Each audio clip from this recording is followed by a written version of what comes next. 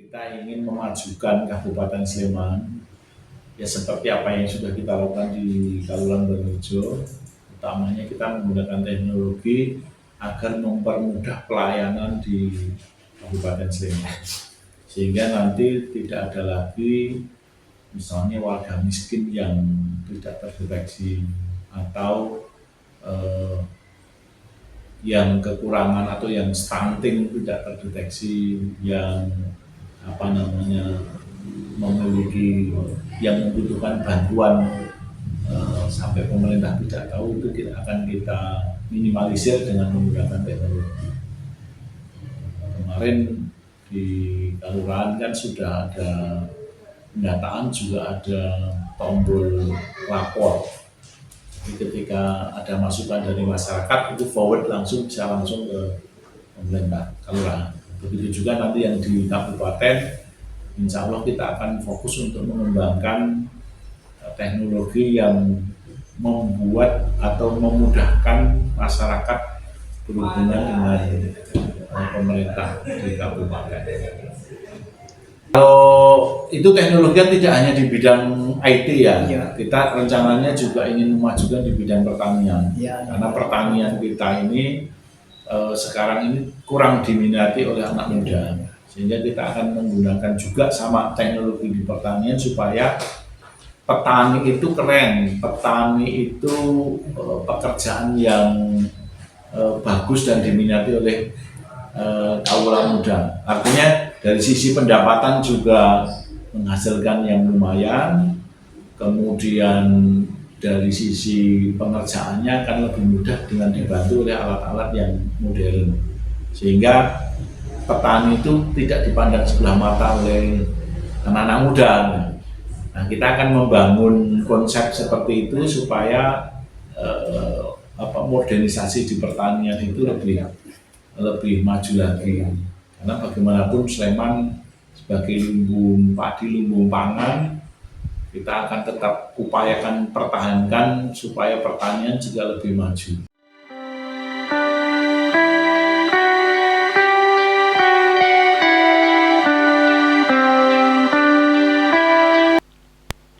Saparjo, sarjana teknik yang notabene saat ini sebagai Lurah Banyorejo Kapanewon Tempel, Kabupaten Sleman, muncul dalam bursa pemilihan kepala daerah atau Pilkada 2024 Kabupaten Sleman. Saparjo yang merupakan putra daerah Sleman lahir 16 Januari 1978. Apa dan siapa Saparjo? Ini ikuti terus kanal ini, jangan sampai di skip. Assalamualaikum warahmatullahi wabarakatuh. Saya Saparjo ST, Lurah Kaluran Banorejo Kapanewon Tempel, Kabupaten Sleman, daerah Sleman, Jakarta. Pada tahun ini saya berniat untuk maju meramaikan Pilkada Kabupaten Sleman. Posisi insya Allah sebagai Wakil Bupati. Saat ini kita sudah mendaftar melalui Partai Kebangkitan Bangsa atau PKB, dan mudah-mudahan nanti kita bisa lolos, bisa dapat tiket untuk maju di Pilkada Kabupaten Sleman. Kemudian saya adalah putra daerah asli dari Banorejo, kemudian pendidikan saya dari SD juga di Tambakrejo, SMP di SMP Banorejo, kemudian STM-nya saya di STM 1 Jakarta, kemudian melanjutkan kuliah di STT Bina Tunggal Bekasi, karena waktu itu kita kuliah sambil bekerja di perusahaan asing, perusahaan Jepang. Selanjutnya saat ini juga sedang menempuh S2 di Unicini, Universitas Mitra Cendekia di Yogyakarta. Alhamdulillah sudah selesai tesis dan tinggal yudisium, kemudian sudah. Kemudian selanjutnya pengalaman keluarga, saya istri asli sini juga, satu kampung, Ibu Susiati ini SE. kemudian putra saya satu, ini masih kuliah di Amikom semester 4. Kebetulan baru dikasih satu putranya. Kemudian background pengalaman berorganisasi, kita dari mahasiswa juga aktif di BEM, waktu itu juga ikut di HMI, waktu 98 itu juga ikut aktif di Senayan. Kemudian Aktivis juga nih, cuman nggak masuk. ya dulu anak buahnya Anas Urbaningrum. Oh, temennya Mas Anas. Ya, tapi kan kita sekarang Bekasi hanya di cabang saja. Oh iya. Kemudian tahun 2020 kita pulang kampung dari Bekasi, pulang ke Jogja, kemudian mencalonkan diri jadi lurah. Nah, di sini kita jadi lurah dari tahun 2021. Dan sebelumnya dari tahun 99 sampai 2005 saya bekerja di perusahaan asing. Berarti itu kegiatan sebelum jadi lurah ya? Sebelum jadi lurah, ya. Sebelum jadi lurah kita bekerja di perusahaan PMA Jepang, dan di sana yang dituntut disiplinnya cukup tinggi. Setelah itu kita di bidang apa itu Mas? Elektronik, elektronik kapasitor. Lalu setelah itu kita membuka usaha sendiri, penjualan komputer dan koneksi internet atau ISP, Internet Service Provider. Alhamdulillah sampai sekarang juga usahanya masih jalan, tapi karena kita menjadi lurah, ya harus fokus jadi lurah, jadi itu ditangani oleh istri ya? Bukan, adik. Oh, adik. Istri tetap jadi ibu PKK. Juga ngajar istri ngajar di MI Husnayain. Oh. Kemudian menjabat jadi lurah udah berapa periode Mas?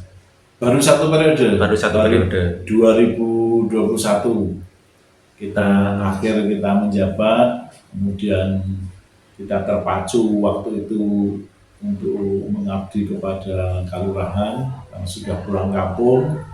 Awal pulangnya itu sebenarnya karena ibu tidak mau diajak ke Bekasi, tidak mau tinggal karena bapak mertua sudah meninggal, ibu tinggal sendiri. Kemudian diajak ke sana hanya betah 35 hari, sudah minta pulang. Hanya kita pulang, kita yang memutuskan untuk pindah ke Jogja.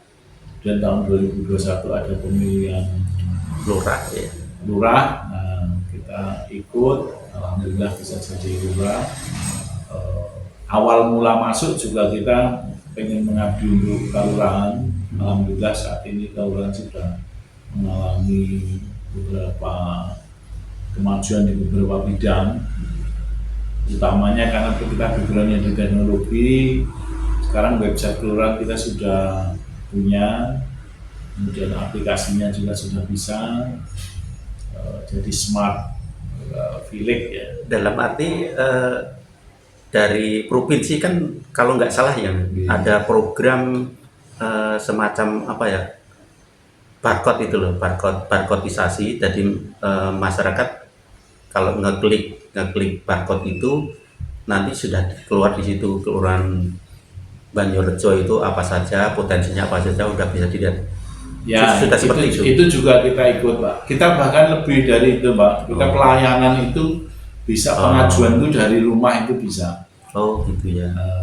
Contohnya apa itu, Mas? Contohnya apa? Pelayanan misalnya kita mau membuat surat keterangan usaha, ini yang biasanya dipakai untuk mengajukan pinjaman, gitu yang uangnya banyak. Itu bisa dilaksanakan melalui websitenya atau melalui aplikasi yang dari kelurahan. Terus kita dari pemerintah Kabupaten Sleman kan sudah diberikan akses untuk TTE, atau tanda tangan elektronik, sehingga ketika saya bertugas keluar atau lagi dinas di luar kelurahan masih bisa melayani masyarakat. Berarti untuk masyarakat Banyorejo tidak ada kata Pak Lurah tidak bisa menandatangani ya? Betul, Pak. Ya. Kemarin kita waktu haji juga saya tetap menandatangani surat-surat yang diperlukan dari warga. Tapi itu bisa dikontrol ya, dalam arti keaslian tanda tangan jenengan, jangan nanti bisa dipalsukan yang lain gitu. Itu gimana? Kalau TTE sudah teruji karena itu di BRSN ya, artinya Badan Sandi Nasional. Jadi tanda tangan elektronik itu justru lebih aman ketimbang tanda tangan manual. Karena tanda tangan elektronik kan berupa file ya, sudah ada di dalamnya, sehingga keasliannya juga bisa dicek melalui aplikasi juga. Jadi ketika ada perubahan sedikit saja itu sudah. Nah kebetulan Sleman ini semua lurah sudah dikasih, tapi memang baru beberapa kelurahan yang menggunakan, Termasuk Banyurejo. Mungkin prestasi yang lain. Kita tahun 2023 ikut dalam Paralegal Justice Award, itu dari Kemenkumham. Alhamdulillah kita memperoleh 3 penghargaan. Itu yang pertama adalah Paralegal Justice Award, kemudian NLP, kemudian yang ketiga adalah Top 10 Favorit Publik. Artinya warganya mendukung Pak Lurahnya dengan vote. Alhamdulillah kita jadi 5 besar di seluruh Indonesia, peringkat kelima, sehingga kita mendapatkan 3 penghargaan tersebut. Nah, tahun 2024 ini yang ikut ada 6 di Sleman, tapi karena digilirkan jadi nggak boleh ikut lagi. Kalau kelurahan inovatif kemarin, Banyurejo maju enggak? Kelurahan inovatif kita maju. Alhamdulillah kita untuk yang 3 kategori itu kita juara. Yang pertama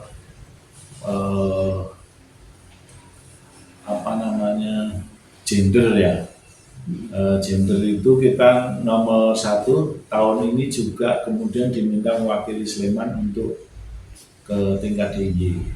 Kemudian PKK juga kita nomor 1, diminta juga tahun ini mewakili DIY, karena tahun lalu kita sudah juara 1, otomatis tahun ini Tingkat DIY. tingkat DIY. Kemudian yang ketiga itu PAUD,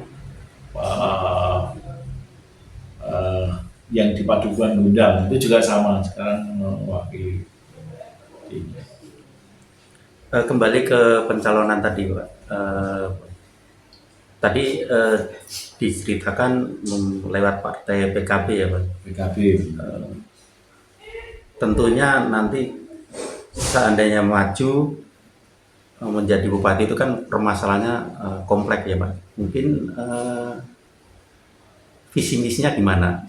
Ada mungkin visi misinya ya secara global aja. Baik, insya Allah kalau kita mendapatkan amanah menjadi wakil bupati, kita akan. Jadi fokusnya ke wakil bupati ini ya? Karena kita mendaftar di PKB-nya sebagai wakil bupati. Oh gitu. Oh iya. Secara administrasi kita mendaftarnya sebagai wakil bupati, artinya kita mendampingi bupatinya, entah nanti yang dipasangkan oleh partai itu siapa. Yang jelas kita ingin memajukan Kabupaten Sleman, ya seperti apa yang sudah kita lakukan di Kalurahan Banyurejo. Utamanya kita menggunakan teknologi agar mempermudah pelayanan di Kabupaten Sleman, sehingga nanti tidak ada lagi misalnya warga miskin yang tidak terdeteksi, atau yang kekurangan atau yang stunting tidak terdeteksi, yang memiliki yang membutuhkan bantuan sampai pemerintah tidak tahu, itu kita akan minimalisir dengan menggunakan teknologi. Kemarin di Kalurahan kan sudah ada pendataan, juga ada tombol lapor. Jadi ketika ada masukan dari masyarakat itu forward bisa langsung ke pemerintah Kalurahan. Begitu juga nanti yang di kabupaten, insya Allah kita akan fokus untuk mengembangkan teknologi yang membuat atau memudahkan masyarakat berhubungan dengan pemerintah di kabupaten. Selain teknologi apa yang Sleman yang mendapat? Selain teknologi Pak, seperti Kalau itu teknologi kan tidak hanya di bidang IT ya, kita rencananya juga ingin memajukan di bidang pertanian. Karena pertanian kita ini sekarang ini kurang diminati oleh anak muda, sehingga kita akan menggunakan juga sama teknologi di pertanian supaya petani itu keren, petani itu pekerjaan yang bagus dan diminati oleh kaula muda. Artinya dari sisi pendapatan juga menghasilkan yang lumayan, kemudian dari sisi pengerjaannya akan lebih mudah dengan dibantu oleh alat-alat yang modern, sehingga petani itu tidak dipandang sebelah mata oleh anak-anak muda. Nah, kita akan membangun konsep seperti itu supaya modernisasi di pertanian itu lebih maju lagi. Karena bagaimanapun Sleman sebagai lumbung padi, lumbung pangan, kita akan tetap upayakan pertahankan supaya pertanian juga lebih maju. Kira-kira seperti itu. Kemudian dari sisi yang lain, budaya, karena berbekal dari awalnya di kelurahan kita di Banyurejo juga dari budayanya yang tadinya tidak muncul, kita sudah upayakan untuk dimunculkan, dilingkan dengan dinas-dinas terkait, dinas kebudayaan kabupaten maupun provinsi. Utamanya kita akan mencoba ketika nanti saya diamanai untuk jadi wakil bupati, insya Allah saya akan berupaya untuk komunikasi yang intens dengan provinsi, utamanya untuk meraih dana-dana keistimewaan yang bisa dimanfaatkan untuk kebudayaan maupun untuk kesejahteraan masyarakat. Nah, selama ini Sleman memang agak kurang untuk mengakses dana IS ini, lebih banyak di Gunung Kidul maupun Kulon Progo. Ini saya lihat karena memang agak kurang komunikasi yang sinkron. Selama ini ya alhamdulillah sih Kelurahan Banyurejo juga mendapatkan dana IS banyak. Ini kita rasakan manfaatnya cukup lumayan. Di Banyurejo tahun lalu kita mendapatkan desa primer ya, 400 juta untuk pengembangan bebek bacem, olahan bebek bacem.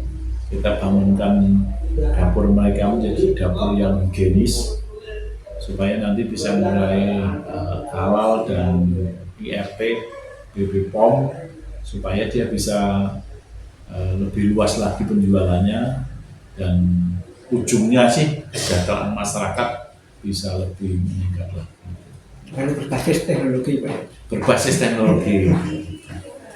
Berbasis teknologi, kemudian dana-dana yang dihimpun yang bisa dimanfaatkan, bisa diraih, akan kita upayakan untuk diraih. Kalau PAD-nya berapa nih? Kita PAD-nya di Banyurejo masih kecil, sekitar 100 jutaan. Kita nanti juga ketika terpilih jadi wakil bupati, sektor pertanian akan kita perhatikan betul. Kalau nggak salah di sini juga lumbung padi ya? Lumbung padi. Karena kan dihadiri Slokan Vanderbilt dan Slokan Mataram. Nah, ini kalau nanti pertanian ini berkurang, kemudian pada beralih dengan mata pencarian lain, juga dikhawatirkan lumbung padinya jadi hilang ya. Mungkin terakhir Mas, apa yang mau disampaikan kepada masyarakat Sleman? Oke, untuk warga masyarakat Sleman nanti pada pilihan pilkada tahun 2024 kita mohon dukungannya, mohon kerjasamanya agar supaya kita dapat membangun Sleman bersama-sama untuk lebih maju lagi. Karena tanpa dukungan dari seluruh masyarakat, siapapun pemimpinnya tidak akan bisa mensejahterakan atau memajukan bagi masyarakat Kabupaten Sleman. Sekian dari saya, terima kasih.